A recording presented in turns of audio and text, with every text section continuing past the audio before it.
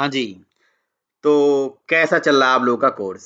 आप लोग spring boot सीख रहे हैं और मैंने स्प्रिंग बूट का बिल्कुल एक बेहतरीन सा कोर्स अभी लॉन्च कर दिया है और यहाँ पे हम लोगों ने 3 वीडियोज़ बना लिए हैं इसके और ये 3 वीडियो में 1 घंटे 40 मिनट, 53 मिनट और 1 घंटे 30 मिनट का ये पूरा अलग-अलग वीडियो है, देखिए आप।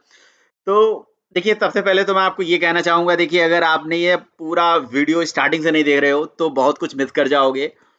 तो स्प्रिंग बूट पढ़ना बड़ी बात नहीं है, पहले उसको समझना बहुत बड़ी बात है कि भई इसमें कोई चीज़, कोई एनोटेशन, कोई एट्रिब्यूट, कोई भी चीज़ कब लगाई जा रही है, किस पर्पज़ के लिए लगाई जा रही है, तो आपको पता होना चाहिए। वैसे तो मैं बस अब इस पर्टिकुलर सेशन में आपको एक रेस्ट एपीआई के डेवलपमेंट की ओर लेके जाएँगे, ठीक है? और एक रेस्ट एपीआई का डेवलपमेंट हम प्रॉपर तरीके से करेंगे। लेकिन उससे पहले आपको पिछले सेशन का एक क्वेश्चन जो मैंने छोड़ा था, क्या क्या कहते हैं उसे, लुकअप मेथड इंजेक्शन, तो उसके बारे में आपको मैं यहाँ पे बताऊंगा पहले, ठीक है? और ये जो पर्टिकुलर प्लेलिस्ट है इसको मिस मत करिए, आप स्टार्टिंग से वीडियो देखना शुरू करिए, ठीक है? और यहाँ पे वीडियोस जो है मैं एक दिन में 2-2, 3-3, 4-4 वीडियो भी पब्लिश करने वाला हूँ। तो आप लोग जितना ज़्यादा से ज़्यादा समय लगा सकते हो बिना स्किप करे, एक लाइन भी स्किप नहीं करना है ना? और आपको हाँ, स्पीड आप थोड़ा सा बढ़ा सकते हो अगर आपको लगता है, और उसके बाद आप इसको पूरा वॉच करिए, स्टडी करिए, विश्वास करिए आपको एक restful API by end of the day आपको समझ में आ जाएगा बनाना। चलिए, ठीक है? तो चलिए देखिए, इसके लिए देखिए हम लोगों ने एक प्रोजेक्ट यहाँ पे बनाया हुआ था पहले से ही। यहाँ पे हमारी कहानी कुछ इस तरह से थी कि हमारे पास एक बल्ब सर्विस नाम की क्लास हुआ करती थी भाई, जो एक कंपोनेंट क्लास थी, है ना? और इसके ऊपर मैं कोई स्कोप यूज़ नहीं करता हूँ और हमारा एक बल्ब इंटरफ़ेस हुआ करता था। इस इंटरफ़ेस की 2 इम्प्लीमेंटिंग क्लास, लाइक एलजी और लाइक सूर्या, इस तरह से हमारे पास था। अब सिनेरियो क्या बन रहा था कि एक इंटरफ़ेस की 2 अलग-अलग इम्प्लीमेंटिंग क्लासेस थी हमारे पास। इंटरफ़ेस एक है और इम्प्लीमेंटिंग क्लास अलग-अलग हैं, राइट? एक इंटरफ़ेस की 2 अलग-अलग implementing classes, right? Okay, sorry 1 minute रुक जाइए ज़रा। तो एक इंटरफ़ेस की अगर 2 इम्प्लीमेंटिंग क्लासेस अलग-अलग इस तरह से बनाई जा रही थी, तो यहाँ पे कहानी कुछ ऐसा था कि जो इम्प्लीमेंटिंग क्लासेस हैं हमारी, है ना? लाइक एलजी, लाइक सूर्या, इनका हमें ऑब्जेक्ट बनाना था और ऑब्जेक्ट बनाने के लिए हम लोग क्या कर रहे थे? At the rate component. At the rate component लगाने मात्र से ही हमारी क्लास का जो ऑब्जेक्ट है, वो स्प्रिंग का container inversion of control principle का यूज़ करके बना देता है। लेकिन अब जब वो ऑब्जेक्ट बनाता है तो ऑब्जेक्ट को हैंडल भी करता है, मैनेज भी करता है, उनकी लाइफ साइकिल से डील करता है। उसके लिए लाइफ साइकिल के मेथड्स भी वो देता है हमें। आप अपने लाइफ साइकिल के मेथड्स भी बना सकते हो, समझ रहे हो आप? तो ये सारा काम स्प्रिंग कर रहा है। अभी हो सकता है तो मैं देखूंगा, अगर यहाँ पे मैं आपको वो भी डिस्कस करूंगा लाइफ साइकिल के मेथड। बट स्प्रिंग क्या करता है, बीन का स्कोप भी बनाने की फैसिलिटी हमें देता है। अच्छा, एक चीज और है, पहले वो चीज भी समझ लीजिए कि जैसे मान लीजिए कि हमारी एक बल्ब की 2 इम्प्लीमेंटिंग क्लास हैं, सूर्या और एलजी। इन क्लासेस के ऊपर एट द रेट कंपोनेंट लगाने से हमारी क्लास का ऑब्जेक्ट बन जाता है, ये भी बहुत अच्छी बात है। बट कई बार आप लोग कंपोनेंट के साथ पैरेंथेसिस लगा के यहाँ पे देखे होगे कि इस पैरेंथेसिस के अंदर वैल्यू वैल्यू में इस पर्टिकुलर क्लास का रेफरेंस वेरिएबल ऐसे लिखा जाता है। तो क्या ऐसा लिख सकते हैं क्या? एलजी लेट से हमने लिख दिया, बिल्कुल लिख सकते हैं भाई। वैल्यू भी ना लगा के आप डायरेक्टली अगर लिखना चाहते हो तो भी लिख सकते हो, कोई दिक्कत नहीं है ऐसे, ठीक है? कि भैया इस पर्टिकुलर कंपोनेंट का जो रेफरेंस वेरिएबल है, देखिए एक्चुअली क्या होता है ना, जो स्प्रिंग कंटेनर हमारी क्लास का ऑब्जेक्ट बनाता है, तो ऑब्जेक्ट बनाने के लिए कुछ पैटर्न फॉलो करता है रेफरेंस वेरिएबल का। वो कुछ इस तरह से फॉलो करता है, जो भी आपका क्लास होता है, उसका रेफरेंस वेरिएबल ऐसे या तो स्मॉल लेटर में बल बनाएगा या तो ऐसे बनाएगा। लेकिन आप नहीं, उसका ऑब्जेक्ट का जो नाम है वो थोड़ा अलग चाहते हो तो आप ऐसे दे सकते हो, राइट? ये दे सकते हो। आप सूर्या के केस में भी ऐसे दे दीजिए। आप यहाँ पे इस कंपोनेंट के अंदर, यहाँ पे डबल कोड के अंदर एसपी लिख दीजिए, राइट? तो इस तरह से आप अपने जो कंपोनेंट क्लासेस होती हैं उनका ऑब्जेक्ट बना सकते हो। अच्छा, अगर मान लीजिए कुछ तीसरी क्लास है बल्ब सर्विस, इस बल्ब सर्विस में यहाँ पे मैंने JDBC टेम्पलेट को भी ऑटो वायर किया हुआ है, अभी जरूरत नहीं है, हटा देते हैं, नॉट रिक्वायर्ड। ठीक है, कंसिडर भी हटा देते हैं। अभी जो है हमारे पास यहाँ पे बल्ब का रेफरेंस वेरिएबल बना हुआ है। इस रेफरेंस वेरिएबल में किसका ऑब्जेक्ट आएगा भाई? सूर्य का आएगा, LG का आएगा? ये कैसे डिसाइड होता है? तो ये डिसाइड होता है आपके जो कंपोनेंट होते हैं, उन कंपोनेंट को, किस कंपोनेंट को आपने प्राइमरी बनाया है। जब तक आप प्राइमरी नहीं बनाओगे पता नहीं चलेगा कि भैया इसी कंपोनेंट का ऑब्जेक्ट वहां पे हमें डालना है। ठीक है, अगर मैं प्राइमरी बना देता हूं LG को या सूर्य को, तो सूर्य प्राइमरी हो गया। अब सूर्य का ऑब्जेक्ट ऑटो वायर्ड होगा कहां पे? इस पर्टिकुलर जगह पे, ऑटोमेटिकली ऑटो वायर्ड हो जाएगा यहाँ पे। ठीक है, मैंने प्राइमरी यहां से हटा दिया। अब किसका ऑब्जेक्ट आएगा ऑटो वायर्ड होके? तो अब तो यहाँ पे रन टाइम पे एम्बिग्यूटी प्रॉब्लम आ जाएगी, ये कंफ्यूज हो जाएगा। वो कहेगा कि या तो आप क्वालिफायर लगाओ या तो आप क्या लगाइए, प्राइमरी। तो मैं आज इस बार आपको क्वालिफायर का भी यूज समझा देता हूं। यहाँ पे देखिए, आप क्या कर सकते हो ना, यहाँ नहीं, क्वालिफायर यहाँ नहीं यूज करते हैं। क्वालिफायर देखिए, प्राइमरी की अगर हम बात करें, या प्राइमरी की जो हम बात करते हैं वो सीधे हम उस क्लास के ऊपर लगाते हैं जिसको हमें ऑटो वायर करना है किसी भी जगह पे। लेकिन क्वालिफायर कहां लगाते हैं? क्वालिफायर यहां पे लगा देते हैं, राइट, यहां पे लगा देते हैं @ क्वालिफायर, और क्वालिफायर के साथ यहां पे लगा देते हैं क्या, वैल्यू, और वैल्यू में दे देते हैं SP, राइट, SP दे देते हैं, Ctrl+Shift+O कर देते हैं। तो SP या क्या है, सूर्य है, SP ही है, ठीक है ना। तो SP मैंने दे दिया, तो शायद अभी चला इसको मैं देख लेता हूं क्या इसी वे में ये काम करता है या नहीं। तो मैंने इसके अंदर SP दे दिया। तो अब हमारी जो मेन क्लास होगी, यहाँ पे जो गेट बल्ब हमने 2 बार चला रखा है, 2 बार हमने गेट बल्ब नहीं, मैंने बल्ब सर्विस चला रखा है, बट उसके अंदर रेफरेंस वेरिएबल में तो प्रिंट होके दिख ही जाएगा कि ऑब्जेक्ट किसका है, ये सूर्य का है या LG का है, राइट। तो देखिए, प्राइमरी वाले के केस में क्या होता है, जब आप प्राइमरी लगाते हो ना, तो आपको उस कंपोनेंट क्लास के ऊपर ही सीधे प्राइमरी लगाना होता है। लेकिन जब आप प्राइमरी ने लगा के आप स्कोप यूज करते हो, तो स्कोप आप जहां पे ऑटो वायर्ड कर रहे होते हो, देखिए आ गया ना सूर्य बल्ब का ऑब्जेक्ट, ठीक है, तो वहां पे आपको करना होता है। तो ये डिफरेंस होता है, ठीक है। तो यहाँ पे SP लिख दिया तब भी हो जाएगा, और अगर LG लिख दिया तो LG का ऑब्जेक्ट आ जाना चाहिए, राइट, मुझे कुछ करने की जरूरत नहीं पड़ेगी। ये देखिए LG का ऑब्जेक्ट आ गया, राइट। तो आपको समझ में आया ना। तो ये चीज जो है, आप जब स्कोप कहां पे यूज करते हो, स्कोप यूज करने के लिए आपको अपने बीन का नाम देना पड़ेगा, राइट, कंपोनेंट का नाम देना पड़ेगा, और क्वालिफायर के साथ आपको बताना पड़ेगा कि ये बीन में जो ऑटो वायरिंग हो रही है वो किस बीन को क्वालिफाई कर रही है। तो now this particular bulb object अभी LG को क्वालिफाई कर रही है, तो मेमोरी में LG का रेफरेंस खोजा जाएगा कि कौन सा ऐसा क्लास है जिसका LG है रेफरेंस, बस इसका है, हो गया ऑटो वायर्ड, ठीक है। और अदरवाइज आपको अगर पहले से पता हो कि नहीं मुझे यही ऑब्जेक्ट वहां पे लेके जाना है, तो प्राइमरी भी लगा लीजिए, ठीक है।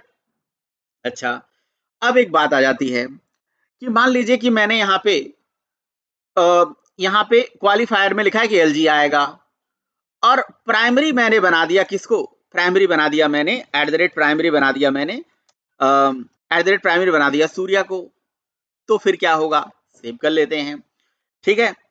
तो हुआ क्या भाई, हुआ क्या कि जो जो क्वालिफायर है, जो क्वालिफायर एनोटेशन है, वो प्राइमरी एनोटेशन को ओवरराइड मार दे रहा है। समझ रहे हो बात, जो क्वालिफायर एनोटेशन है वो प्राइमरी एनोटेशन को ओवरराइड मार दे रहा है। अभी देखिए यहाँ पे किसका ऑब्जेक्ट आ रहा है, LG का ऑब्जेक्ट आ रहा है, राइट। और अगर यहाँ पे क्वालिफायर हटा दोगे, अगर क्वालिफायर हटा दोगे, ठीक है, तो ये भी क्वेश्चन इंटरव्यू पूछा जा सकता है आपसे कि भाई अगर क्वालिफायर भी लगा दिया, प्राइमरी भी लगा दिया, तो कौन चलेगा। तो भैया जो क्वालिफायर है वो प्राइमरी को ओवरराइड कर देता है। अभी देखिए किसको प्रेफरेंस मिल रहा है, प्राइमरी को मिल रहा है। अदरवाइज यहाँ पे लगा दोगे तो किसको प्रेफरेंस मिलेगा, क्वालिफायर को मिलेगा, ठीक है। वैसे दोनों लगाना सही नहीं है भाई, तो दोनों क्यों लगा रहे हो आप, मत लगाइए, यहाँ पे प्राइमरी हटा दीजिए। और रही बात बीन के स्कोप की, तो बीन का स्कोप क्या रखना चाहते हो, बीन का स्कोप का मतलब उसका एक सिंगल इंस्टेंस चाहते हो या अलग अलग इंस्टेंस चाहते हो बार बार। तो अभी का देखिए बल्जी का जो स्कोप है वो कैसा आ रहा है, बार बार सिंगलटन आ रहा है, क्योंकि दोनों केस में 2 बार मैंने गेट बीन को कॉल कर रखा है बल्ब सर्विस के अंदर, मेन मेथड के अंदर। देखिए 2 बार बल्ब सर्विस को हमने कॉल किया है, तो बल्ब सर्विस को जब मैंने कॉल किया है तो उस बल्ब सर्विस के अंदर 2 बार यहाँ पे देखिए बल्ब का ऑब्जेक्ट ऑटो ऐड हो रखा है, तो ये 2 बार। अच्छा, अगर मैं यहाँ पे स्कोप क्या दे देता हूं, जैसे मैंने आपको बताया था लास्ट टाइम पे, अगर मैं यहाँ पे स्कोप ले लेता हूं, क्या स्कोप में ले लेता हूं, क्या ले लेता हूं, प्रोटोटाइप ले लेता हूं, तो क्या ये अलग अलग ऑब्जेक्ट देगा? एलजी में लगाया हूं मैं, तो भाई ये अलग अलग ऑब्जेक्ट नहीं दे रहा, अभी भी सिंगलटन दे रहा है। क्यों ऐसा क्यों हो रहा है? ऐसा इसलिए हो रहा है क्योंकि जब आप सिंगलटन, क्योंकि जो हमारी सर्विस वाली क्लास है, ये इटसेल्फ, इसका कोई स्कोप हमने नहीं दिया है। तो अगर किसी क्लास का हमने कोई स्कोप नहीं दिया है तो उसका बाय डिफॉल्ट स्कोप होता है सिंगलटन। तो एक सिंगलटन वाली स्कोप में प्रोटोटाइप वाली स्कोप जब ऑटो ऐड हो रही है, तो इस वाली जो यानी कि बल्ब वाला जो एलजी बल्ब का जो ऑब्जेक्ट है, उसका स्कोप सिंगलटन रह ही नहीं रहा है, उसका जो बिहेवियर है इस बल्ब सर्विस के हिसाब से चेंज हो जा रहा है। समझे? ये बिहेवियर चेंज हो जा रहा है, तो इस बिहेवियर को हमें ओवरकम करना है भाई। देखिए इसके 2 तरीके हैं, या तो मैं इसको भी प्रोटोटाइप लेके चलूं बल्ब सर्विस को, अगर मैं स्कोप करके बल्ब सर्विस को भी क्या कर लूं, बल्ब सर्विस को भी मैं प्रोटोटाइप कर लूंगा, तब तो दोनों ही प्रोटोटाइप होने लगेंगे। लेकिन समस्या यहां नहीं है, देखिए एलजी के नए नए ऑब्जेक्ट्स आ रहे हैं प्रोटोटाइप करने की वजह से। प्रोटोटाइप मतलब न्यू ऑब्जेक्ट्स, सिंगलटन मतलब सिंगल ऑब्जेक्ट्स, लेकिन मुझे प्रोटोटाइप को सिंगलटन के अंदर ऑटो ऐड कराना है। जब प्रोटोटाइप को सिंगलटन के अंदर ऑटो ऐड कराना है तो कैसे कराते हैं? प्रोटोटाइप को सिंगलटन के अंदर ऑटो ऐड कराने के लिए यहाँ पे हम यूज करेंगे लुकअप मेथड इंजेक्शन। तो लुकअप मेथड इंजेक्शन कहाँ होगा भाई? तो यहाँ पे @ऑटो ऐड जो आपने लगाया है, इसके लिए इसके जगह पे क्या करिए, देखिए यहाँ पे एक छोटा सा चेंज हमें करना पड़ेगा। वो चेंजेस ये होगा, देखिए वैसे कई सारे तरीके हैं इसके, एक तरीका मैं आपको बताता हूँ क्या कर सकते हैं हम। एक तरीका अपने मेन के अंदर जाइए, यहाँ पे मेन के अंदर, यहाँ पे मेन के अंदर देखिए एप्लीकेशन कॉन्टेक्स्ट से आपने अपने बल्ब सर्विस को निकाला है, राइट? एप्लीकेशन कॉन्टेक्स्ट के अंदर से बल्ब सर्विस को निकाला है ना? तो यहाँ पे एक कोई मेथड हम बना लेते हैं, ठीक? यहाँ पे कोई मेथड बना लेते हैं जो हमारे बल्ब का ऑब्जेक्ट रिटर्न करे। एक ऑप्शन तो ये है, लेकिन आपको मैं डायरेक्ट फाइनल तरीका बताता हूँ कि क्या कर सकते हैं।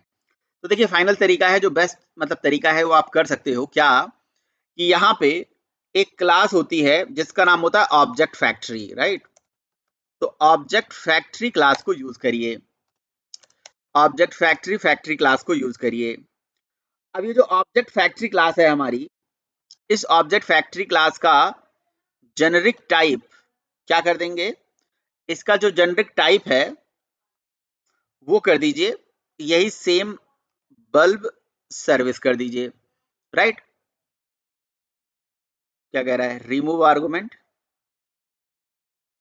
अच्छा चलिए ठीक है, ऑब्जेक्ट फैक्ट्री का जो टाइप है, चलिए मैं ऐसे ही रेफरेंस वेरिएबल रहने देता हूँ, ठीक है?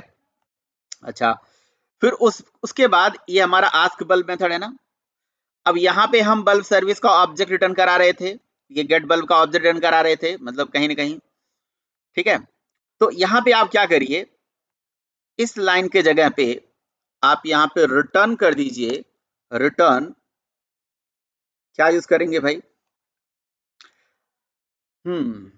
यहाँ पे आप क्या कर सकते हो, एक तरीका है कि आप एप्लीकेशन कॉन्टेक्स्ट को यूज कर सकते हो, लेकिन एप्लीकेशन कॉन्टेक्स्ट तो यहाँ पे लेके आना पड़ेगा ना, एप्लीकेशन कॉन्टेक्स्ट को लेके आना पड़ेगा, अदरवाइज चलिए मैं एप्लीकेशन कॉन्टेक्स्ट को ना लाके मैं यही फैक्ट्री यूज कर लेता हूँ। तो मैंने लिखा फैक्ट्री डॉट गेट ऑब्जेक्ट, ठीक है ना? Factory dot get object, only get object instance आ रहा है, ठीक है कोई बात नहीं। तो फैक्ट्री डॉट गेट ऑब्जेक्ट, यहाँ पे समस्या आ रहा है भाई, गेट ऑब्जेक्ट नहीं चल पा रहा है, क्यों? क्योंकि मैंने जो ऑब्जेक्ट फैक्ट्री लिया है वो कौन सा ऑब्जेक्ट फैक्ट्री लिया है ये भी देख लेते हैं, ये दूसरा ऑब्जेक्ट फैक्ट्री आ गया भाई, ये समस्या हो गया।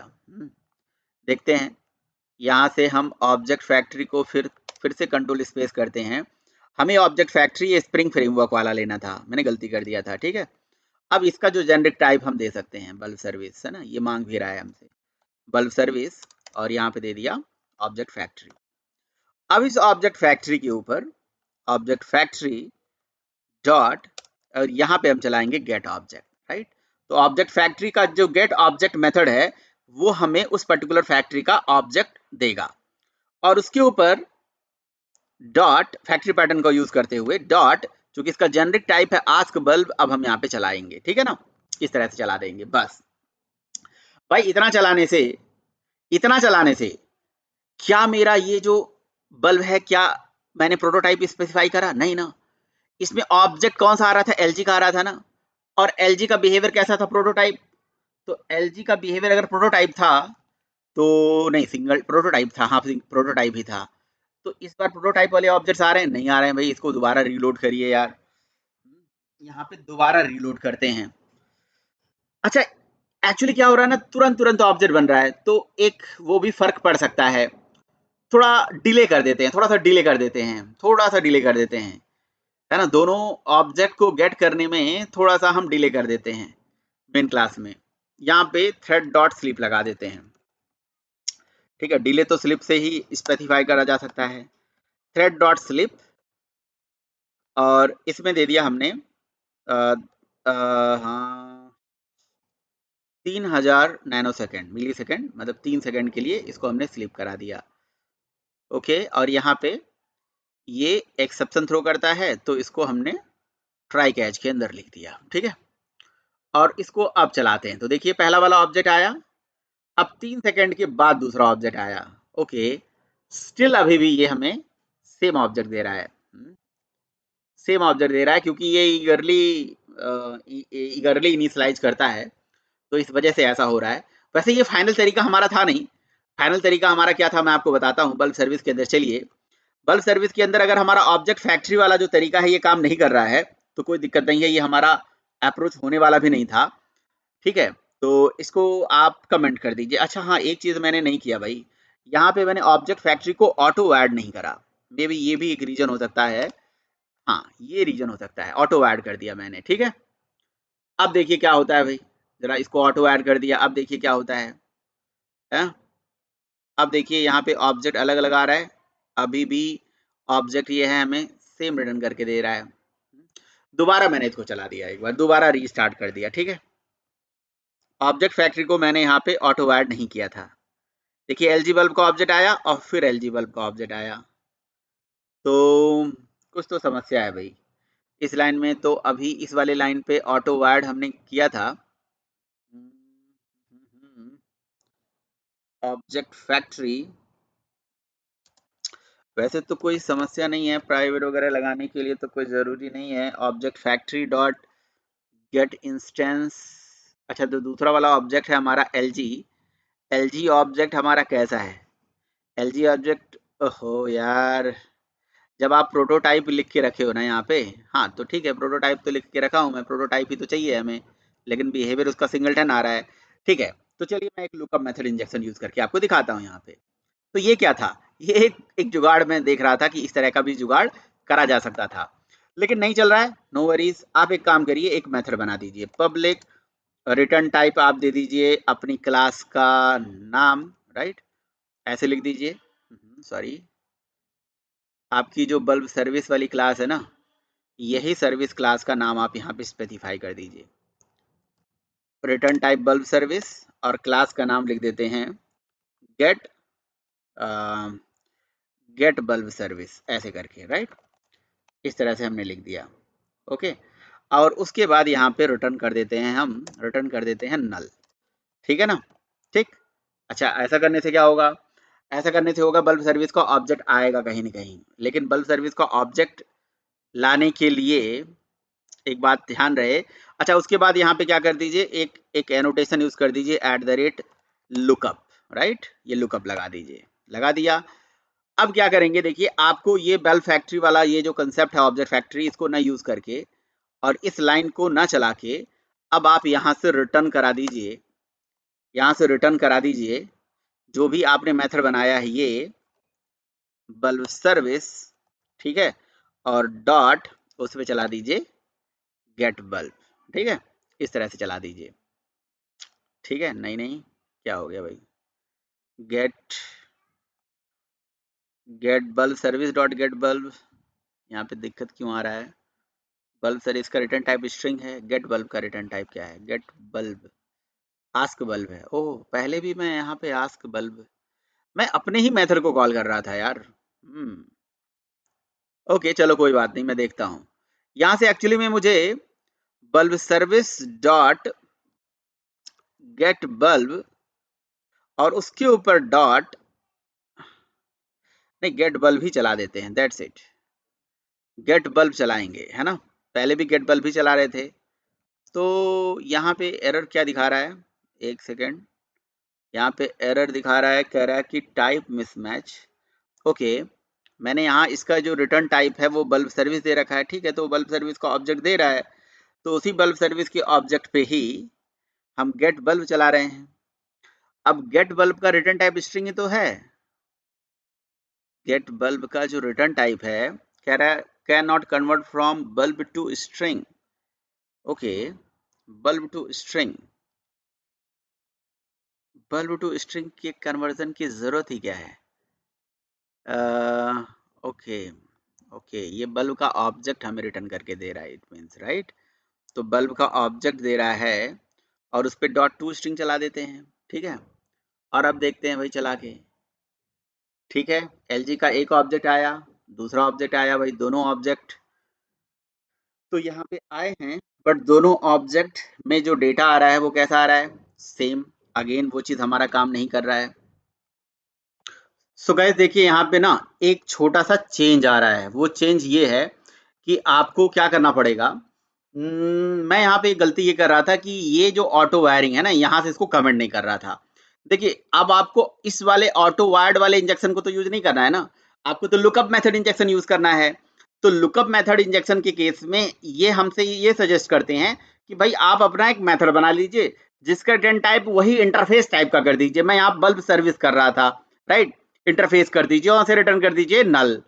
तो ये रन टाइम पे ये नल, भले ही आपको लग रहा है कि नल वैल्यू रिटर्न करेगी, लेकिन रन टाइम पे ये स्प्रिंग अपने कह सकते हो कि इन्वर्जन ऑफ कंट्रोल प्रिंसिपल को फॉलो करके, या मतलब कुछ ना कुछ इंटरनली समझ लो कि प्रॉक्सी पैटर्न को फॉलो करते हुए वो इंटरनली हमारी क्लास का ऑब्जेक्ट बनाता है। बस लुकअप मेथड के केस में हमारी क्लास का वो ऑब्जेक्ट बनाएगा, मतलब उस इंप्लीमेंटिंग क्लास का ऑब्जेक्ट बनाएगा जिसका भी ऑब्जेक्ट इसके अंदर आने वाला होगा, राइट। तो यहाँ पे ऑब्जेक्ट किसका आने वाला है, तो देखिए मैं इस बार अब एलजी को प्राइमरी बना दिया हूँ, राइट, और उसके बाद बल्ब सर्विस के अंदर यहाँ पे इसको कमेंट कर दिया हूँ ऊपर, ठीक है। फिर मैं अपने आस्क मेथड के अंदर इस पर्टिकुलर मेथड को कॉल कर रहा हूँ, देखिए गेट बीन और डॉट गेट बल्ब। पहले हम क्या कर रहे थे, सीधे बल्ब के ऊपर गेट बीन गेट बल्ब चला रहे थे, राइट, जो ऊपर रेफरेंस वेरिएबल बना हुआ था। अब हम गेट बीन के ऊपर गेट बल्ब चला रहे हैं, ठीक है। अब क्या होगा, जब आप इसको बल्ब सर्विस में जाएंगे, बल्ब सर्विस के अंदर यहाँ पे कॉल करेंगे, तो यहाँ देखिए बल्ब सर्विस के अंदर डॉट गेट बीन करके वो बीन मेथड चलाएंगे आप, तो ये देखिए आपको यहाँ पे एलजी के दो नए नए ऑब्जेक्ट्स नजर आएंगे, राइट, दो नए नए ऑब्जेक्ट्स नजर आ रहे हैं। क्यों? क्योंकि उसका स्कोप क्या है, प्रोटोटाइप है ना। किसका स्कोप? एलजी वाले का स्कोप, देखिए ना प्रोटोटाइप है कि नहीं है, प्रोटोटाइप है। तो वहां दो अलग अलग ऑब्जेक्ट्स नजर आ रहे हैं। और यहाँ पे अगर आप देखिए कि बल्ब सर्विस का क्या स्कोप है, मैंने कुछ दिया है क्या? कुछ भी नहीं दिया भाई, राइट। तो ये जो लुकअप मेथड इंजेक्शन है इस तरह से ये प्रॉब्लम को सॉल्व कर दे रहा है। उस केस में ये देखिए ये वाला तो हमारा अप्रोच काम करेगा ही करेगा, इस वाले अप्रोच को भी काम करना चाहिए, राइट, इस वाले ऑब्जेक्ट फैक्ट्री वाले अप्रोच को भी यहाँ पे काम करना चाहिए। इसे भी मैं अनकमेंट कर देता हूँ। अब यहाँ से रिटर्न में आपको object factory dot get bean dot get bulb, यहाँ पे भी मैं बल्ब सर्विस लिख रहा था, नहीं बल्ब सर्विस नहीं बल्ब होगा, तो object factory dot get bulb dot get bean करके करिए। और अभी भी हमारे पास जो ऑब्जेक्ट आ रहा है आएगा वो इस पर्टिकुलर बल्ब सर्विस का आना चाहिए, राइट। एक बार मैं okay sorry, wait wait wait wait, यहाँ पे मेन क्लास में एरर आ गया ना, क्योंकि मेन क्लास में आपको अब क्या करना पड़ेगा, आस्क बल्ब मेथड को चलाना पड़ेगा, राइट, आस्क बल्ब, ना कि बल्ब सर्विस। यहाँ पे आस्क बल्ब मेथड को चला दीजिए, ठीक है, क्योंकि क्योंकि क्योंकि बल्ब सर्विस को तो मैंने कमेंट कर दिया था ना, बल्ब सर्विस मेरा कमेंट हो गया था। यहाँ देखिए get bulb, sorry get bulb, ठीक है, तो दोबारा एप्लीकेशन चल रही है, लोड हो रही है और 2 LG के ऑब्जेक्ट्स आ रहे हैं। ये जो LG के 2 ऑब्जेक्ट्स आ रहे हैं, ये क्या हमारे ऑब्जेक्ट्स कैसे हैं भाई, कौन से ऑब्जेक्ट्स हैं, ये हमें तो नहीं पता चल रहा है ना, रेफरेंस आईडी नहीं प्रिंट होके आ पा रही है। आस्क बल्ब डॉट, यहाँ पे हमारे पास कोई तरीका नहीं है जिससे चलिए मैं उसका हैश कोड चला लेता हूँ, हैश कोड देख लेता हूँ कि भाई जो भी बल्ब हमारे पास आ रहा है उस बल्ब का क्या हैश कोड है, राइट। हैश कोड मैं प्रिंट करके देख लेता हूँ कि हैश कोड दोनों का क्या आ रहा है, अलग अलग आ रहा है या सेम आ रहा है ना। अलग अलग आएगा जिसका मतलब हमारे लिए वो क्या रिटर्न कर रहा है, प्रोटोटाइप रिटर्न कर रहा है। तो एक का तो हैश कोड ये आ गया। अब दूसरे के लिए एप्लीकेशन को दोबारा मैं रीलॉन्च कर देता हूँ, ठीक है, दोबारा मैं रीलॉन्च कर दे रहा हूँ एप्लीकेशन। मे बी यहाँ पे कुछ थोड़ा सा प्रॉब्लम आ गई थी बीच में, बट वो रेफरेंस आईडी का पंगा पड़ रहा है कि रेफरेंस आईडी हमें नहीं प्रिंट होके दिखा रहा है। तो ठीक है, दोबारा मैंने रीलॉन्च कर दिया एप्लीकेशन और यहाँ पे देखिए अब यहाँ पे हमारा रेफरेंस आईडी पहले के लिए आ गया हैश कोड और ये देखिए दूसरे के लिए हैश कोड आ गया, बट दोनों के केस में जो हैश कोड वैल्यू है वो सेम आ रही है ना। बल्ब सर्विस के अंदर जाते हैं, इसको मैंने ऑटो ऐड किया हुआ है, परफेक्ट किया है, इसका get object dot get bean, कोई दिक्कत नहीं है। चलिए, वैसे हमारा लुकअप मेथड इंजेक्शन तो काम कर रहा है ना, ऑब्जेक्ट फैक्ट्री वाला अप्रोच हमारा समहाउ वर्क नहीं कर रहा है, ऑब्जेक्ट फैक्ट्री वाला अप्रोच, क्योंकि यहाँ पे क्या होना चाहिए सॉरी, जब हम गेट ऑब्जेक्ट चलाएंगे तो यहाँ पे हमें जो ऑब्जेक्ट्स मिलना चाहिए, ये बल्ब टाइप का हमने लिखा हुआ है ना, तो बल्ब की जो इम्प्लीमेंटिंग क्लास है उस इम्प्लीमेंटिंग क्लास का ऑब्जेक्ट आना चाहिए हमारे पास। अब ये बात श्योर नहीं है ना कि ये जो इम्प्लीमेंटिंग क्लास का ऑब्जेक्ट आ रहा है, ये तो मैं बल्ब का ऑब्जेक्ट प्रिंट करा रहा हूँ ना, उसका हैश कोड प्रिंट करा रहा हूँ। मुझे बल्ब सर्विस के ऊपर, लेकिन बल्ब सर्विस के ऊपर और हमारे पास है ही क्या, आस्क बल्ब है। तो आस्क बल्ब चलाएंगे वो हमें बल्ब का रेफरेंस रिटर्न कर देगा, राइट। और गेट ऑब्जेक्ट फैक्ट्री चलाता हूँ, get object factory dot hash code चलाता हूँ, right, get object factory dot hash code, उसकी फैक्ट्री का हैश कोड क्या है एक बार चेक करते हैं, get object factory dot hash code, ठीक है। तो उसके जो ऑब्जेक्ट फैक्ट्री का हैश कोड है वो कैसा आ रहा है, यहाँ पे ये भी सेम दे रहा है, राइट। तो get object factory hash code तो यहाँ पे है नहीं, और क्या यहाँ पे मेथड है, ऐसा कोई मेथड है जिससे हमें ये पता चल जाए कि वो ऑब्जेक्ट का जो bulb service dot gate class dot gate name भी नहीं चला सकते, क्योंकि वो तो बल्ब सर्विस का देगा ना। तो कहानी कुछ इस तरह से आ रही है कि वो उसके ऑब्जेक्ट की रेफरेंस आईडी हमें प्रिंट करानी है, कहने का मतलब ये है। और अगर हम ये मेथड चलाएंगे तो ये बस हमें उस बल्ब का नाम रिटर्न करके दे रहा है, तो केवल नाम से तो हमारा काम चलेगा नहीं। अगर हम आस्क बल्ब चलाएंगे, बट ये भी एक अप्रोच होता है, राइट, ये भी एक अप्रोच होता है। अब यहाँ पे ये चीज हम यहाँ डिफ्रेंशिएट नहीं कर पा रहे हैं बस, और कोई बात है नहीं। अब आस्क बल्ब अगर हम चलाएंगे तो आस्क बल्ब तो स्ट्रिंग रिटर्न कर रहा है, राइट। अब ये जो ऑब्जेक्ट से स्ट्रिंग आ रही है वो, उसमें ऑब्जेक्ट की रेफरेंस आईडी मैं नहीं प्रिंट कर पा रहा हूँ समहाउ, है ना। अच्छा, गेट ऑब्जेक्ट से जो ऑब्जेक्ट आएगा वो किसका आएगा, ये चीज तो हम यहाँ प्रिंट करा सकते हैं ना। चलिए एक काम कर लेते हैं, ठीक है, आपको ये सारा चीज ऐसे रहने देते हैं, ठीक है ना। यहाँ पे system dot out dot println के अंदर मैं सीधे इस फैक्ट्री के ऊपर गेट ऑब्जेक्ट चला के आपको दिखा देता हूँ, तो ये हमें पता चल जाएगा कि ये दोनों ऑब्जेक्ट्स कैसे थे, किस तरह से ऑब्जेक्ट्स आए थे, राइट। ये तो ठीक है ना, अभी परफेक्ट है, इस तरह से कर लेते हैं, ठीक है। तो ये तो हैश कोड प्रिंट करके दिखा रहा है, एक्चुअली क्या है, मैंने यहाँ पे इसको सेव नहीं किया है, आस्क मेथड तो चला नहीं है अभी, ठीक है ना। चला देते हैं मेथड को, सेव नहीं किया था एप्लीकेशन क्लास को, यस। अब तो फाइनली हमने देखिए यहाँ पे प्रिंट करके देख ही लिया, बस वो उसमें क्या था कि रेफरेंस आईडी हमें नहीं प्रिंट करके दिखा रहा था, राइट। तो यहाँ पे जो है ये देखिए एलजी बल्ब का जो ऑब्जेक्ट उसने दिया है ये अलग दिया है, फिर एलजी बल्ब का ऑब्जेक्ट जो दिया है अलग दिया है, रेफरेंस आईडी दिया है मेमोरी में, और उसके ऊपर गेट बल्ब चल रहा है। तो कहीं ना कहीं इससे भी हमारा प्रॉब्लम सॉल्व हो जा रहा है, ऑब्जेक्ट फैक्ट्री को भी यूज करके, तो या आप तो लुकअप मेथड यूज करो या ऑब्जेक्ट फैक्ट्री यूज करो, है ना। अब आप इन्वर्जन ऑफ प्रिंसिपल को अवॉइड करके करना चाहते हो तो भी हो जाएगा, बट जरूरी नहीं है, लुकअप मेथड इंजेक्शन हमारे लिए काफी हो गया। और इस तरह से हम लोगों ने ये सारा चीज देख लिया कि भाई हमारे बीन का ऑब्जेक्ट कैसे बनेगा, उसका स्कोप क्या आता है, उसमें क्वालिफाइंग कैसे कैसे यूज करना होता है। चलिए अब हम क्या करते हैं, ये सारा कंसेप्ट समझने के बाद अब हम अगेन मूव कर जाते हैं अपने उस कंसेप्ट की तरफ जहां पे हमें एक एक एपीआई डेवलपमेंट का काम करना है।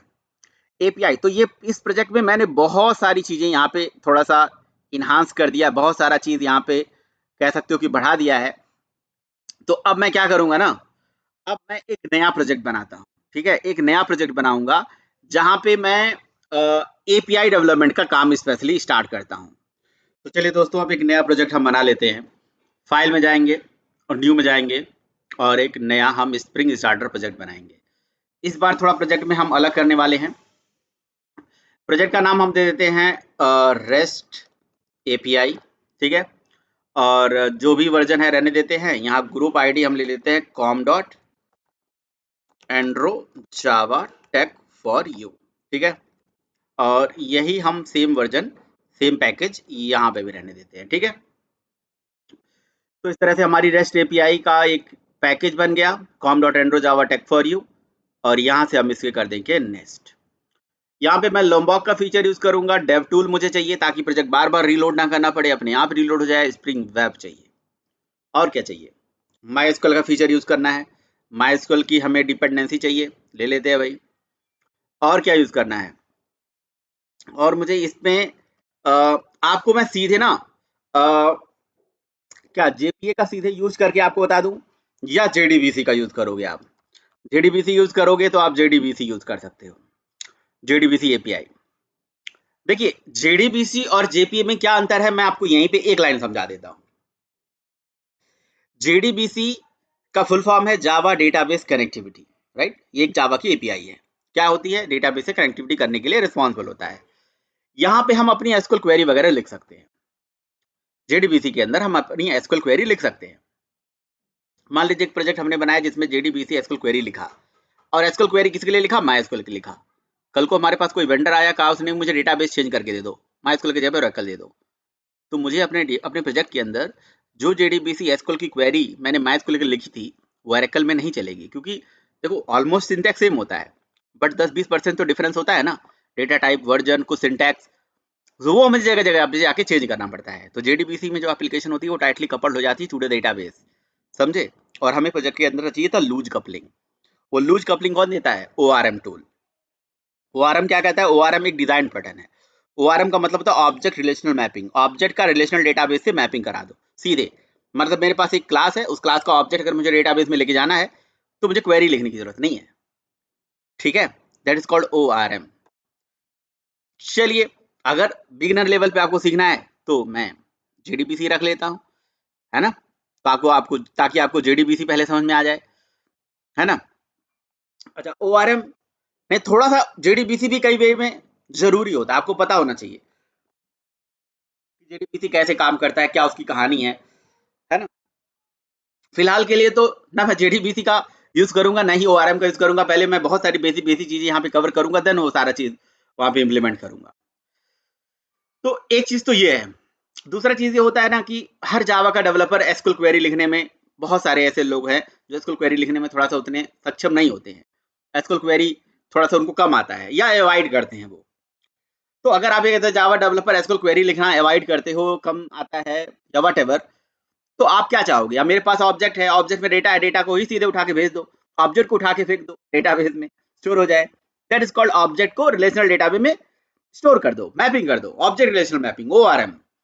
ओआरएम ओआरएम डिजाइन पैटर्न है। बेसिकली ओआरएम डिजाइन पैटर्न को इंप्लीमेंट करता है जेपीए, हाइबरनेट, टॉप लिंक, ये सब अलग अलग फ्रेमवर्क हैं, ठीक है। ओआरएम को यूज करते हैं, ओआरएम डिजाइन पैटर्न को फॉलो करते हैं। तो मैंने ये प्रोजेक्ट बनाया, देखिए सबसे पहला काम पता है क्या है इस प्रोजेक्ट में, आप पिछले प्रोजेक्ट से जो आपने रिसोर्स बनाई थी ना, एप्लीकेशन प्रॉपर्टी ये बनाई थी, पूरा का पूरा कॉपी कर लीजिए। उस प्रोजेक्ट को मैंने थोड़ा सा इसलिए छोड़ दिया क्योंकि इसमें बहुत सारी क्लासेस मैंने बना दिया था, तो थोड़ा कंफ्यूजन था, राइट, और कोई बात नहीं है, ठीक है, यहाँ पे देखिए मैंने पोर्ट नंबर भी वही रख रखा है, डेटाबेस की डिटेल डालनी है बस, क्योंकि JDBC आपने यूज कर रखा है इसके अंदर। चलिए, अब क्या तरीका है एपीआई बनाने का? बेसिक तो आपको आ गया ना, इजीली आप एपीआई बना सकते हो। तो कंपोनेंट स्कैनिंग के लिए आप एक ही पैकेज रखो, बट मैं एक दूसरे तरीके से आपको जो ट्रेडिशनल तरीका वही यूज करके दिखाता हूँ। यहाँ पे मैं एक कंट्रोलर्स का एक फोल्डर बना देता हूँ, ठीक है। फिर मैं यहाँ पे पैकेज बनाता हूँ, मतलब किसका? सर्विस का, SERVICES, सर्विसेज। यहाँ पे मैं सर्विसेज रखूंगा, कंट्रोलर रखूंगा। ध्यान से देखते जाइए, बेस पैकेज मेरा वही है, com.endo java tech for, उसी के अंदर बना रहा हूँ dot repo SITORY repository folder बना दिया, कंट्रोलर बना दिया, सर्विस बना दिया, और क्या बना देते हैं जी? एंटिटी बना देते हैं। पैकेज के अंदर जाएंगे और यहाँ पे डॉट करके एंटिटीज, सारी एंटिटीज यहाँ पे रखेंगे, कंट्रोलर, एंटिटीज, रेपो, सर्विस। और क्या डीटीओ वगैरह बनाना चाहते हो? डीटीओ, तो डीटीओ भी रख लो, डीटीओ भी रख लो, DTOs, ठीक, ओनली डीटीओ रख दो नाम। आपको कोई हेल्पर क्लास बनानी है तो helper classes co dot helpers करके आप रख लीजिए, ठीक है। अब क्या करते हैं, पहले तो आप बेसिक चीजें समझिए। कंट्रोलर में जाके आप सबसे पहले एक कोई कंट्रोलर बनाते हैं, लेट से यूजर की इंफॉर्मेशन दिखाने के लिए यूजर कंट्रोलर। भाई मैं यही पहले कंट्रोलर लेके चल रहा हूँ, ठीक है। यूजर कंट्रोलर बना दिया। यूजर कंट्रोलर जो हमने बनाया, इस कंट्रोलर के ऊपर कौन सा एनोटेशन लगाऊंगा? @REST controller. क्यों भाई? क्योंकि रेस्ट एपीआई बनाने जा रहा हूं, ताकि मुझे बार बार रिस्पॉन्स बॉडी लिखने की जरूरत ना पड़े, ठीक है। बता चुका हूं मैं आपको। और चूंकि ये एपीआई का मैं पाथ देने वाला हूं, तो मैं यहाँ पे रिक्वेस्ट मैपिंग में यहाँ पे इस एपीआई का मैं एक पाथ दे देता हूं कि भैया मेरे इस एपीआई का पाथ है API/version1/users, राइट, यूजर या यूजर्स, जो भी आप देखना चाहते हो। अब इसके अंदर हम एक इंड पॉइंट बनाते हैं, राइट, जिसमें हम क्या करेंगे, यूजर को रजिस्टर कराने के लिए इंड पॉइंट बनाते हैं। पब्लिक रिटर्न टाइप स्ट्रिंग, और मेथड का नाम दे देते हैं जी यूजर रजिस्टर। यूजर रजिस्टर का हमने एक इंड पॉइंट बना दिया जो यूजर को रजिस्टर करेगी। तो उस केस में यूजर डेटा देगा, राइट। और जब कभी भी यूजर से हम डेटा लेंगे तो उस केस में यहाँ पे @get मैपिंग नहीं यूज करेंगे। गेट मैपिंग होता है जब यूजर से डेटा देते हैं, यूजर को डेटा देते हैं। यूजर से डेटा लेने के लिए पोस्ट मैपिंग, मैंने आपको पहले ही बताया है, पोस्ट मैपिंग, पोस्ट कंस्ट्रक्ट नहीं भाई, पोस्ट मैपिंग। देखिए मैं आपको सीधे अब एपीआई में लेके जा रहा हूं, लेकिन जो भी बेसिक चीजें, बिगिनर चीजें आएंगी तो बीच बीच में मैं आपको डिस्कस करता रहूंगा, राइट। यहाँ पे मैं क्या करता हूँ, यूजर से डेटा लेना चाहता हूँ कि यूजर आए अपने ब्राउजर से, पोस्टमैन से, कहीं से भी डेटा डाले। जैसे यहाँ पे लिखा है 8080 API/v1.user। यूजर के अंदर मैं जो अपना जो मेथड बनाने जा रहा हूँ, यहाँ पे इसमें भी मैं पाथ यूज कर लेता हूँ और यहाँ पे देता हूँ रजिस्टर। तो यूजर के अंदर रजिस्टर नाम का URL मैं कॉल करूंगा, और रजिस्टर URL में यहां से मैं डेटा पोस्ट करना चाहता हूं। क्या करना चाहता हूं? डेटा को पोस्ट, ठीक है भाई। क्या डेटा पोस्ट करना चाहते हो, कैसे डेटा पोस्ट करना चाहते हो?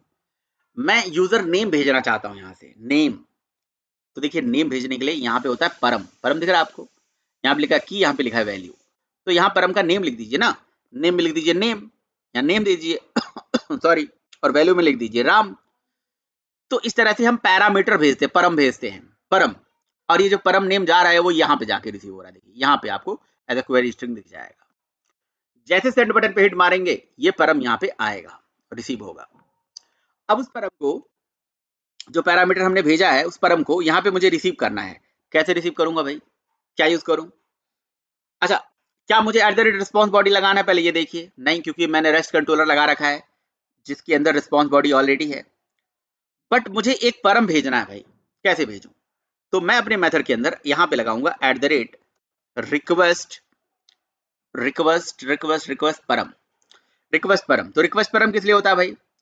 रिक्वेस्ट परम होता है अगर आप किसी पैरामीटर के नेम के बेसिस पे कोई वैल्यू लेना चाहते हो तो रिक्वेस्ट परम को यूज करो। ठीक है। और वो परम कहाँ पे होगा, कैसे जाएगा, वो परम ऐसे जाएगा क्वेश्चन मार्क के थ्रू, जिसको हम दूसरे भाषा में क्वेरी स्ट्रिंग भी बोलते हैं। तो ये हमारे यूआरएल के साथ ये क्वेरी स्ट्रिंग जा रहा है, नेम इक्वल टू राम, है ना। यहाँ तक तो ये इंड पॉइंट है, ये हमारा बेस यूआरएल है, ये यहाँ से API v1 user register is the end point URL, और इसको हम बोलेंगे परम। तो अगर आप ध्यान से देखिए तो इन तीनों चीजों में मैं इसको नोटपैड पे पेस्ट करता हूं, आपको यहाँ पे समझाने की कोशिश करूंगा कि यहाँ पे क्या चीजें हैं। ये तो हमारा हो गया प्रोटोकॉल, ये हो गई मेरी आईपी, ये हो गया पोर्ट नंबर, ये यहां से यहां तक हमारा हो गया क्या, this is my base URL. याद रखिएगा इस प्रोजेक्ट के अंदर जो पोर्ट है वो पोर्ट क्या है भाई, what is port, port is 8090। And what is base URL, base URL क्या है एप्लीकेशन का, वो है ये। और what is and point URL, and point URL, and point URL क्या है भाई, एंड पॉइंट यूआरएल है रजिस्टर। और इस प्रोजेक्ट के अंदर जो हमारा क्वेरी स्ट्रिंग है, क्वेरी स्ट्रिंग या क्वेरी परम, वो क्या है, वो क्वेरी परम है name is equal to Ram. ये क्वेश्चन मार्क के साथ लिखा हुआ है, तो ये आपको टर्मिनोलॉजी पता होना चाहिए। बाकी मेरे सिस्टम की आईपी क्या है, IP, what is IP, IP is the local host, local host IP है। प्रोटोकॉल कौन सा फॉलो हो रहा है, प्रोटोकॉल फॉलो हो रहा है हमारा HTTP प्रोटोकॉल, जो ब्राउजर पे यूज होता है डेटा को सेंड करने के लिए। अब मैंने क्या परम नेम ले रखा है, यहाँ पे बहुत इंपॉर्टेंट है, हमने परम की नेम क्या लिख रखा है, परम नेम हमने लिख रखा है नेम। तो मुझे अपने कोड में जाके यहाँ पे नेम एट्रीब्यूट को यूज करना है और यहाँ पे अपने परम का नाम दे देना है। मेरे परम का नाम है नेम, आप क्या यू नेम लिखना चाहते हो तो यू नेम लिख दीजिए, आपकी इच्छा है। वो जो पैरामीटर का नेम आएगा वो यहाँ पे आप रिसीव करोगे, यूज कर लीजिए उसके बाद। लेकिन इसको होल्ड भी तो करना पड़ेगा, स्पेस देके स्ट्रिंग स्ट्रिंग नेम या यू नेम वेरिएबल में आप होल्ड कर लीजिए, ठीक है।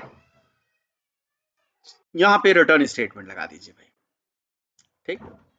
जो ये यू नेम यहाँ पे आएगा वही यू नेम यहाँ से रिटर्न होके चला जाएगा, दैट्स इट। एपीआई हमारी रेडी हो गई, मतलब छोटा सा, अभी हमने एक यूजर से इनपुट लेना सीखा, है ना। अब एप्लीकेशन को दोबारा रन कर देते हैं, राइट क्लिक रन एज, और run as spring boot application, ठीक है। तो 8090 पे हमारी एप्लीकेशन रन होगी और परम का नेम जो है हम वहां से भेज रहे हैं, ठीक है। भेज दिया भाई, भेज दिया, चल गया, वेरी नाइस। ओके, भेजते भाई डेटा, सेंड। अब यही नेम डेटा देखिए यहाँ पे रिटर्न होके आ गया, इसका मतलब परम नेम जो है हमारा सक्सेसफुली चला गया और वही नेम हमारा यहाँ से रिटर्न हो गया। एक चीज हो गया, एक तरीका समझ में आ रहा है। इस केस में ये बात याद रहे, जो नेम है, जैसे यहाँ पे नेम क्या लिखा हुआ है, लेट से यहाँ पे नेम दिया गया यू नेम, यहाँ पे क्या नेम दे दिया गया, यूजर नेम, मान लीजिए जितना बड़ा नाम लिखा हुआ है, और आपने उसको गेट किया हुआ है नेम से, तो ये देखिए यहाँ पे डेटा जाएगा और यहाँ से नल आ जाएगा, क्या आ गया, नल आ गया। तो यहाँ पे डेटा जो है, पोस्टमैन में जाओ, देखो आपको पता चलेगा, देखो रिक्वेस्ट आ गया, बैड रिक्वेस्ट 404। देखो 400 से रिलेटेड जो भी एरर होते हैं, आपको पता है HTTP जब भी हमारी एप्लीकेशन चलती है तो HTTP के कुछ हमारे पास रिस्पॉन्स जो आते हैं, HTTP रिस्पॉन्स में हमारे पास अलग अलग तरह के HTTP मैसेज होते हैं। देखिए HTTP में हमारे पास जो 1 के बाद 100 यानी कि 1xx करके मैंने लिख दिया यहाँ पे, ये इंफॉर्मेशनल मैसेज होते हैं। 2xx जो है सक्सेस रिलेटेड मैसेज होते हैं, 3 में रिडायरेक्शनल होते हैं, 4 में क्लाइंट साइड एरर होता है, 5 में सर्वर साइड एरर होता है। तो 4 इसका मतलब क्या हो गया, 1xx मतलब 100, 101, 102, 103 ऐसे। तो 100 का मतलब कंटिन्यू, 101 का मतलब होता है स्विचिंग प्रोटोकॉल्स, 102 मतलब प्रोसेसिंग, ठीक है ना, और 103 मतलब अर्ली हिंट्स, ऐसे कुछ करके। अब 200 में भी अलग अलग वैरायटीज है, 201 is okay, 201 is accept created, 202 accept, 203 non authentication information, 203 no content, इस तरह से बहुत सारे ये डिटेल है भाई। ये मैं इसको स्क्रॉल कर रहा हूँ, देखिए इस तरह से आप देखिए 300 में भी है, 400 में है। 400 में भी जो एरर आता है अलग अलग टाइप का आता है। बैड रिक्वेस्ट मतलब आपने रिक्वेस्ट बनाते टाइम पे कुछ गलती कर रखी है, सर्वर पे कुछ और कहानी लिखी गई है और आप भेज कुछ और रहे हो। तो अगर यहाँ पे यू नेम भेज रहे हो तो सर्वर पे भी यू नेम लगाइए, ये इसके कहने का मतलब है। यहाँ पे यू नेम लिखिए आप इस यू नेम की वैल्यू इस परम में आएगी और यहाँ पे जाके स्टोर हो जाएगी, ठीक है ना। अब आप भेजिए डेटा, देखिए अब भेजिए डेटा, कोई दिक्कत नहीं, आगे कि नहीं आ गया। तो यूजर नेम में जब भी आप क्वेश्चन मार्क के साथ ऐसे वैल्यू भेजते हो तो वो मायने रखता है कि किस टाइप का भेज रहे हो, किस फॉर्म में भेज रहे हो, दैट इज वेरी इंपॉर्टेंट। आपने कहा कि अगर मैं कोई दूसरा डेटा भेजना चाहता हूं तो दो वैल्यू भेजना चाहता हूं, पासवर्ड भी भेजना चाहता हूं तो भेज दीजिए, किसी ने मना थोड़ी नहीं किया है। पासवर्ड लिख दीजिए, पासवर्ड में यहाँ पे लिख दीजिए राम 123, ठीक है। तो आप देखिए एंड लग के यहाँ पे आ गया। तो क्या एक ही ये पैरामीटर आपकी वैल्यू को रिसीव कर लेगा क्या? नहीं भाई, एक नहीं रिसीव कर पाएगा। आपको यहाँ से फिर से इसी लाइन को कॉपी करके यहाँ कॉमा लगा देंगे, कॉमा लगा देते हैं, दोबारा लिख देते हैं और यहाँ पे वही जो नाम वहां पे दिया था पासवर्ड, वो नाम दे दीजिए और जो इस तरह से आप नाम दे दीजिए और यहाँ पे लिख दीजिए जी पासवर्ड, राइट। यहाँ पे देखो, यहाँ पे नाम देना वही सेम जरूरी है, बट उसके बाद जो जिसमें ये होल्ड होगा, एक्चुअली हो क्या रहा है, देखिए जो आप वैल्यू भेज रहे हो वहां से, लेट से आपने भेजा यू नेम is equal to this, password is equal to this, तो वो जो यू नेम की वैल्यू है यहाँ से मैप हो रही है और उसकी वैल्यू आके स्टोर हो जा रही है इस वेरिएबल में। उसी तरह से पासवर्ड की वैल्यू यहाँ से मैप हो रही है, स्टोर हो जा रही है यहाँ पे, इस तरह से कहानी हो रही है, राइट। सेव कर दीजिए और सेंड कर दीजिए रिक्वेस्ट। देखते भाई रिक्वेस्ट सेंड करके यूजर नेम पासवर्ड दोनों आ रहा है कि नहीं। नहीं भाई, नहीं भाई, दोनों डेटा नहीं आ पा रहा है, क्यों? क्योंकि मैंने रिटर्न नहीं कराया ना भाई मैंने रिटर्न नहीं कराया है ना। पासवर्ड को भी रिटर्न करा दीजिए, तो पास को रिटर्न करा दीजिए, तो जो पास को रिटर्न कराओगे तो अब आएगा, कोई दिक्कत नहीं है। देखिए मैंने सेंड कर दिया रिक्वेस्ट, तो आ गया user name and password, right. अब आपने कहा कि जी क्या यही तरीका होता है क्या? नहीं, मैं आपको एक और तरीका बताता हूँ। इसको कॉपी करके यहाँ पेस्ट करता हूँ और इसका नाम दे देता हूँ यूजर रजिस्टर 1 और यूआरएल भी 1 दे देता हूँ, ठीक है। एक दूसरा तरीका यह है कि आप यहाँ पे परम का नाम इस तरह से लिखने की आपको जरूरत नहीं है, राइट। आप यहाँ पे नाम कुछ भी लिख दीजिए और ऐसे ही इतना बड़ा आपको यहाँ पे लिखने की जरूरत नहीं है, यहाँ पे सीधे ऐसे स्ट्रिंग में होल्ड कर लीजिए। क्या ऐसा करेंगे तो आ जाएगा क्या? तो मुझे लगता है कि शायद डेटा नहीं आएगा, क्योंकि ये जो नाम है तो मिसमैच हो जाएगा ना, नाम वही रखना पड़ेगा, राइट। तो आ गया भाई, आ गया भाई, क्योंकि ये मैं रजिस्टर को कॉल कर रहा हूँ, रजिस्टर 1 को कॉल करना पड़ेगा ना। सेंड कर दिया, देखिए नहीं आ रहा डेटा। तो उस केस में हमें क्या करना चाहिए, जो नाम है ना, यही नाम यहाँ पे रख देना चाहिए, ये नाम ऐसे करके, ठीक है। और यही जो नाम है यहाँ पे पासवर्ड वाला, ये जो नाम है यहाँ पे रख देना चाहिए ऐसे। तो ठीक है, हमें अलग से नाम वाम स्पेसिफाई करने की ज़रूरत नहीं पड़ेगी।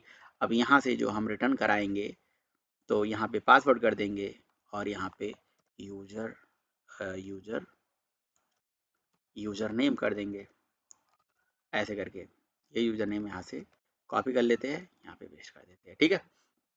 तो इस तरह से कर लेते हैं, तो आपका जो नाम है यहाँ से प्रॉपर तरीके से गेट हो जाएगा। और अब अगर हम सेंड करेंगे तो रिक्वेस्ट, तो देखिए ये चल गया, राइट। तो हमारे पास दो तरीके हैं अलग अलग ना, कि हम डेटा कैसे कैसे भेज सकते हैं, है ना। तो अब एक बात और थोड़ा यहाँ पे समझने वाली बात है कि जैसे मान लीजिए कि आप जो डेटा भेज रहे हो सारी की सारी डेटा स्ट्रिंग में आ रही है ना। और अगर आपको उस डेटा को फर्दर कन्वर्ट करना है, पार्स करना है, तो वो भी कर सकते हो, आपकी इच्छा है। ये बहुत इंपॉर्टेंट बात है। तो खैर वो तो पार्स वार्स कर ही सकते हैं, यूज कर सकते हैं अपने हिसाब से। लेकिन आपने देखा कि आपको यू नेम में यहाँ पे ये वैल्यू देना कोई मैंडेटरी नहीं है। अच्छा, अगर मान लीजिए कि किसी रीजन की वजह से हमें पहले से नहीं पता हो कि भाई क्या वैल्यू देनी है, क्या वैल्यू नहीं देनी है, कैसे हमें यूज करना है, तो कैसे करेंगे? जैसे कहने का मतलब ये है कि मैं एक और मेथड बना देता हूँ टू नाम से और यहाँ पे भी टू कर देता हूँ, ठीक है। दूसरा इंड पॉइंट हमारा बन गया टू वाला। अगर मान लीजिए कि कोई बंदा भूल जाता है कि यूजर नेम में नेम ही देना, यूजर पासवर्ड में पासवर्ड देना, है ना, मतलब यहाँ पे नेम कुछ भी दे रहा है, पासवर्ड कुछ भी दे रहा है, तो दिक्कत हो जा रही है ना। तो हम क्या कर सकते हैं, अपने परम के अंदर, यहाँ परम के अंदर, यहाँ परम के अंदर कंट्रोल स्पेस करें और यहाँ पे देखिए एक ऑप्शन होता है डिफॉल्ट वैल्यूज, ठीक है ना। डिफॉल्ट वैल्यूज, हम डिफॉल्ट वैल्यू सेट कर सकते हैं। अगर मान लीजिए डिफॉल्ट वैल्यू में यहाँ पे लिख दिया हमने बाबा, बाबा, बस बाबा लिख दिया मैंने, ठीक है। तो अब क्या होगा कि अगर आप यूजर का नाम यूजर नेम नहीं लिखोगे या यूजर नेम भेजोगे ही नहीं, तो उसकी डिफॉल्ट वैल्यू ये सेट हो जाएगी। उसकी डिफॉल्ट वैल्यू ये सेट हो जाएगी। चलिए हम जरा देख लेते हैं। अब इसको हम टू लिख के भेजते हैं और यहाँ से पहले एज इट इज भेज देते हैं रिक्वेस्ट। तो देखिए डेटा तो आ रहा है, लेकिन अगर यहाँ यूजर नेम में मान ली नेम लिख देते हैं और वैल्यू, सॉरी कंट्रोल स्पेस कर दिया मैंने गलती से। देखिए वैल्यू जैसे मैंने भेजा तो वो जो नेम है वो मैच नहीं किया, राइट। और अगर जब नेम मैच नहीं किया तो उसने क्या उठा लिया वहां से ये जो डिफॉल्ट वैल्यू हमने सेट करी हुई थी वो उठा लिया, नेम मैच नहीं किया तो। ठीक है, समझ रहे हो। अच्छा, अगर मैं नेम नहीं भेजता हूं तो, नेम नहीं भेजता हूं, ओनली राम भेजता हूं, एक डेटा भेजता हूं तो, मैं एक डेटा नहीं भेजता हूं, मैं नेम की वैल्यू को नहीं भेज रहा हूं, ठीक है, क्वेश्चन मार्क करके, तो क्या ये चलेगा? तो भैया ये यहाँ पे डिफॉल्ट वैल्यू उठा रहा है, इस केस में भी डिफॉल्ट वैल्यू उठा रहा है, बहुत अच्छी बात है भाई। लेकिन नहीं, आपने कहा कि नहीं डिफॉल्ट वैल्यू उठाए ना, तो इस वैल्यू को देना मैंडेटरी है। तो आप यहाँ डिफॉल्ट वैल्यू के साथ साथ कॉमा लगा के, मैंने एक चीज और देखा यहाँ रिक्वायर्ड की जो वैल्यू है, required is equal to true false शायद कर सकते हो। अब आपने इसको मैंडेटरी कर दिया, नहीं भाई इसमें डेटा देना जरूरी है, that is required is equal to true. अब आप यहाँ से डेटा भेजोगे, ठीक है, तो देखिए ये तो काम चल रहा है क्योंकि डिफॉल्ट वैल्यू सेट है, लेकिन अगर गलती से आपने इसकी वैल्यू नहीं भेजी होती ना कहीं से सर्वर से, तो फिर उस केस में एरर आ जाता, राइट। तो ये डिफॉल्ट वैल्यू की वजह से उठा ले रहा है, तो रहने देते हैं इसको, ऐसे रहने देते हैं और इसमें यू नेम रख देते हैं, तो ठीक है, परफेक्ट चल रहा है, वो डिफॉल्ट वैल्यू को नहीं उठा रहा है। ठीक है, तो आपने रिक्वायर्ड भी लगा सकते हो, डिफॉल्ट वैल्यू सेट कर सकते हो, परम से एक डेटा निकाल सकते हो। ठीक, आपने कहा कि सर ये तो बड़ा मेहनत वाला काम है, अगर मेरे पास पैरामीटर में बहुत सारा डेटा आ रहा है तो एक एक करके सारा डेटा निकालने में तो बहुत टाइम लग जाएगा, तो क्या करा जाए बताओ। दूसरा तरीका बताता हूँ। आप क्या कर लीजिए, यहाँ पे इसको 3 कर लीजिए और यहाँ पे इसका 3 नाम दे दीजिए। अब आप क्या करिए कि आपको अलग अलग डेटा निकालने में यहाँ बहुत मेहनत लग रहा है, बहुत टाइम लग रहा है, कुछ ऐसा ना, तो आप एक काम करिए, नो वरीज, आप एक काम करिए, आप अपने इस मेथड के साथ रिक्वेस्ट परम ही लगाइए, ठीक है ना, रिक्वेस्ट परम लगाइए, लगा दिया, रिक्वेस्ट परम ही तो लगा हुआ है ऑलरेडी, पर ये सब हटा दीजिए।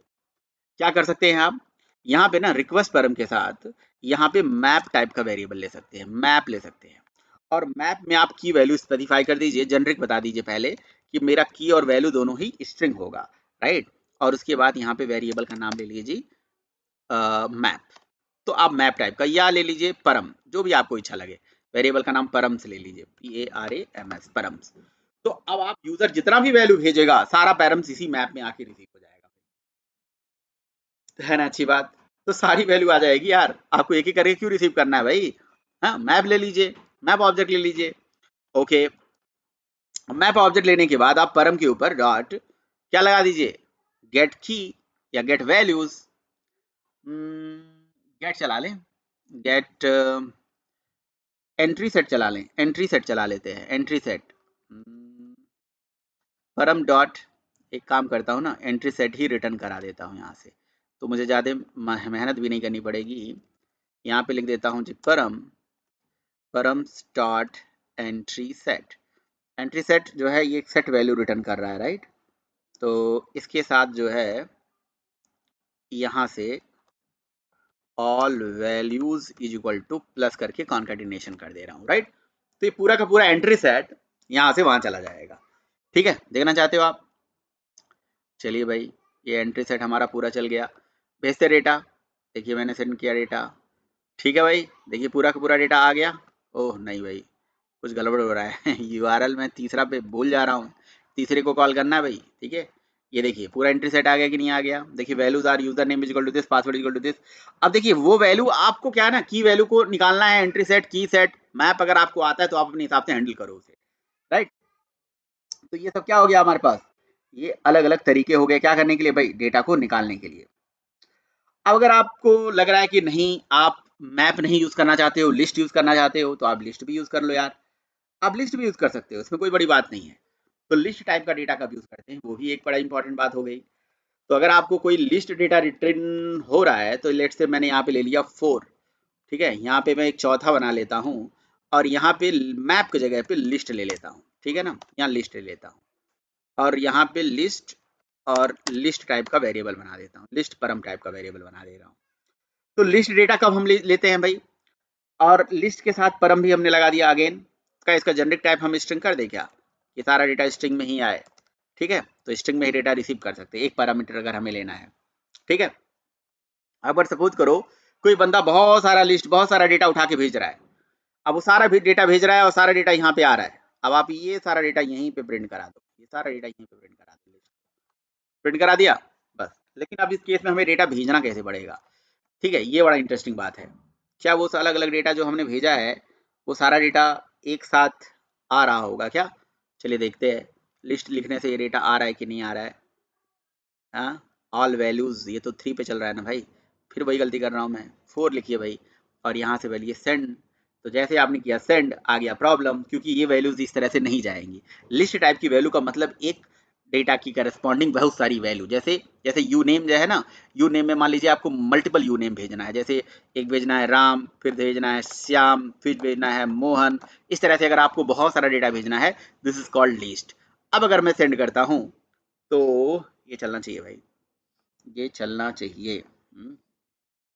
Where is the problem, where is the problem, problem कहाँ है भाई?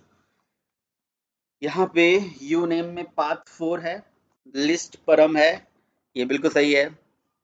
स्ट्रिंग टाइप का डेटा आ रहा है, स्ट्रिंग टाइप का डेटा आ रहा है, ये तो सही है भाई। क्वेश्चन मार्क के साथ हम अपने परम में एक साथ बहुत सारी वैल्यूज ऐसे भेज सकते हैं लिस्ट टाइप का, उसमें कोई दिक्कत वाली बात नहीं है। ओह सॉरी, एक काम गड़बड़ हो गया, वेरी सॉरी। मेरे वेरिएबल का नाम परम रखना पड़ेगा ना यार, ये चीज़ मैं ध्यान नहीं दे रहा हूँ।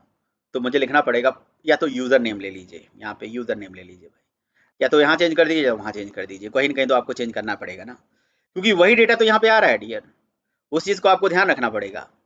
सारे यूजर्स, अगर बहुत सारे यूजर आ रहे हैं, लिस्ट ऑफ यूजर्स आ रहे हैं, है ना, तो आपको लिस्ट ऑफ यूजर्स को ऐसे होल्ड करके रखना पड़ेगा, ठीक है। तो अब देखिए, अब यहाँ से हम इसको करते हैं सेंड, तो ये देखिए आगे की नहीं आएगी सारी वैल्यू, श्याम राम रोहन मोहन सोहन सब आ गया। ओके, सो गाइस आपने क्या देखा? आपने देखा कि हम यूजर से इस तरह से अलग अलग टाइप के डेटा रिसीव कर सकते हैं। मल्टीपल डेटा रिसीव करना है जी, मैप बना दो। अदरवाइज आप एक एक करके डेटा को रिक्वायर्ड लगाना है तो रिक्वायर्ड लगा दो, और रिक्वेस्ट परम का यूज करके ऐसे करके डेटा गेट करना तो ऐसे गेट कर लो। बहुत सारे अलग अलग तरीके हैं, ठीक है। थोड़ी देर के लिए ऐसा मान लेते हैं हम कोई भी तरीका यूज करते हैं, कोई भी तरीका आप यूज कर लीजिए, डजेंट मैटर। इसमें से आप कोई भी तरीका यूज कर लीजिए, जैसी रिक्वायरमेंट आती जाएगी हम तरीके यूज करते चले जाएंगे। This is use of request परम। रिक्वेस्ट परम में यही कहानी होती है, ठीक है। अब बात आ जाती है कि क्या हमें इसी वे में ऐसे ही काम करना होता है? नहीं, इस तरह से काम करना होता है, इसमें कुछ कमियां हैं, वो कमियों को हम नेक्स्ट वीडियो में आपसे बात करते हैं। Thank you so much guys.